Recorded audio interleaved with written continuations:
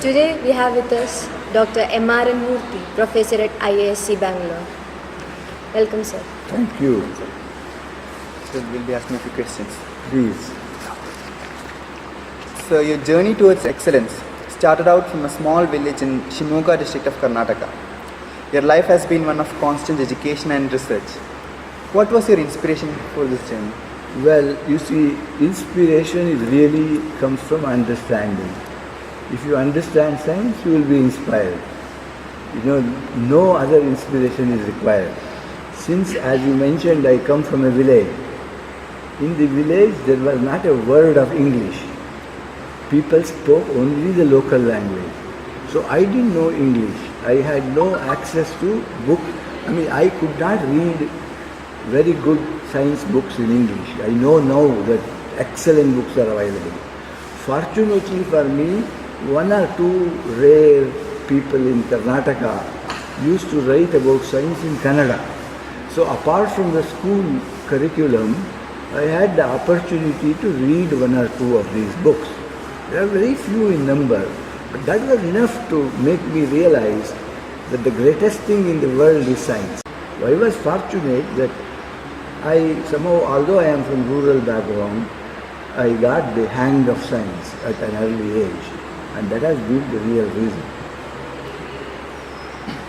Sir, you completed your post-graduation in physics. Then what inspired you to take up life science? No, actually, you see, this division of science, biology, chemistry is kind of arbitrary. In physics, MSc, I studied X-ray diffraction. X-ray diffraction is a typical physics subject. But application of X-ray diffraction can be to metallurgy, to chemistry, earth sciences, biology. It's all crystallography. But the subject matter for study, if it is a chemical molecule, it is chemical crystallography. If it is biology, it is biological crystallography. But basically it is crystallography. In that sense, I have not changed my field. So this division, is very artificial because our lifetime is limited. We have small amount of time, we study one subject. But it's always nice to know that this subject is also equally applicable to other subjects. And if you can do that, you can do good science. So, you did your research on viruses, structural biology. Sir, how did you end up doing structural biology? Well, as I said, as a student of MSc Physics, I studied X-ray diffraction. That gives you a tool. X-ray diffraction is a tool. You can use this tool on anything. You can study structure of minerals. If a plane crashes, you can see what was the strain in the plane material. That can be studied by X-ray diffraction. You can study the structure of your hair or silk. You can apply to anything. As a PhD student, I was using X-ray diffraction to investigate structure of peptides. Proteins are made up of peptides. So an extension of that work would be protein crystallography. So I ended up doing proteins in viruses. There is no big difference. It's a progression. It's an advancement, I would say. It's not change. It's an advancement. Sir, we know a lot of students who are actually really interested in taking up research, knowing more about life, origin of life and all. So, sir, what is your advice to those students? What is your advice to the students who wish to take up research? Well, you see, you should pursue what your heart wants. If you are truly interested in some field, you should do it. But at the same time, at the end of the day, you also have to earn your living. So I don't think you should ignore the potential for earning. Your education should make you a person capable of earning your bread, as well as it should satisfy you. Both you have to keep it in mind. I don't think one can be ignored for the sake of the other. But you should not take something for which you don't have an aptitude or a liking. You should do. You see, in everyone there is a job opportunity in every field. So you choose a field that is to your liking as well as provides you a means for living. Sir, you are a professor at IISc Bangalore.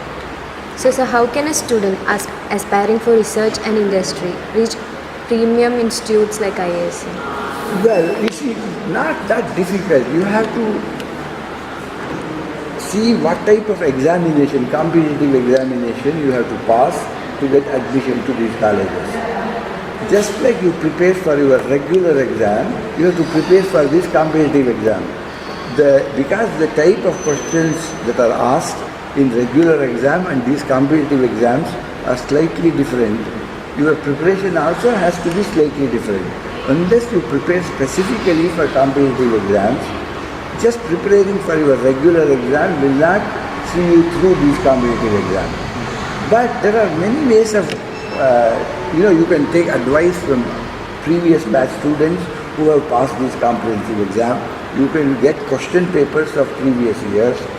You can get to know this by many means, and whatever means you prepare for these special exams. And if you make enough effort, you will certainly pass and you will get it. There's nothing special about it. Okay, sir. Okay, sir, you have worked in both India and abroad. So, what is the difference that you felt between the two? See, I have worked almost exclusively in India all my life. Only 4 years I worked in US. At the time I worked in US had tremendously high facilities. India had no facilities. But today, at least the good labs in India have facilities almost comparable to that of the United States.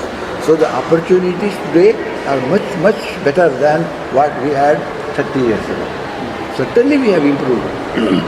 Still, of course, we have some, because we are not as well off economically as some of the best countries in the world, our facilities are on the lower side. But we are constantly improving. So there is no doubt that we have a bright future for Indian science. Sir, while doing research, what is more important? Choosing the subject for research or having the right mentor? Well, both are equally important. You have to choose the subject that excites you. No point in doing a subject in which you have no interest. Your work, the quanta of work you do, the quality of work you do, all depends on how much you love the subject. It's very important. At the same time, if your mentor is not very good, your achievement also gets limited to the same extent. Mentor is very important. You grow as tall as your mentor, maybe a little more taller than your mentor, but not 10 times your mentor, unless you are some extraordinary genius. So it is very important to have the right kind of mentor. It is equally important to choose a field of your interest. When the two are together, you make the best progress. Sir, IT and BT boom. It has been the tagline for some time now. But we all know that IT boom. But where does BT stand in this experience? I first of all don't agree to what you said. You said IT boom. IT boom is there in service sector. There are lots of countries in the world who need programs to run their banks, their railways, their transportation system, whatnot. And that kind of service India has provided. But in terms of developing hardware, making, for example, a mobile phone or remote control systems or radar systems, the true hardware of the IT industry, there we are not doing very well. So you see, it is only partial. As a service sector, we have done well. But as a production center, we haven't done equally well. Whereas in biotechnology, although the jobs created in biotechnology are nowhere comparable to information technology, we are hand in hand with development of biotechnological tools and creating jobs in biotechnology. We have developed new vaccines, new tests for diseases, kits for detecting plant viruses. So the technology, the scientific knowledge itself is being generated in India. Jobs will come once industries start to use this knowledge. Right now, the job-wise, it is somewhat less than IT. But in terms of scientific accomplishment, I don't think it is any secondary to IT.